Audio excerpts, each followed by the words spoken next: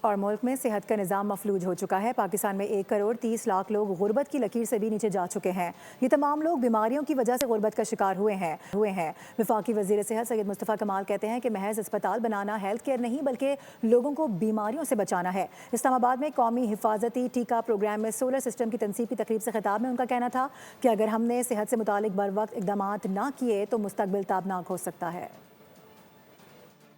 ہمارے ملک کی کنڈیشن ہے، پینڈیمک کے بغیر بہت سارے لوگ مختلف بیماریوں میں ایک وقت میں بیمار پڑ رہے ہیں۔ ہمارے ہیلتھ کیئر کا نظام کولیپس ہوا ہے۔ WHO کی رپورٹ ہے 1 کروڑ 30 لاکھ خاندان سطح غربت سے نیچے چلے گئے ہیں، جو کہ غریب نہیں تھے پہلے۔ کس وجہ سے؟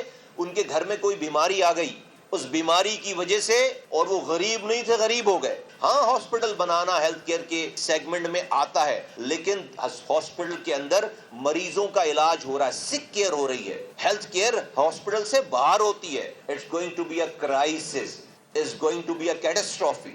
یہ بہت بڑا ایک نیشنل کرائسس ہو جائے گا۔ اور میں بار بار کہتا ہوں، health issues are not just administrative and human issues. Health issues are national security issues.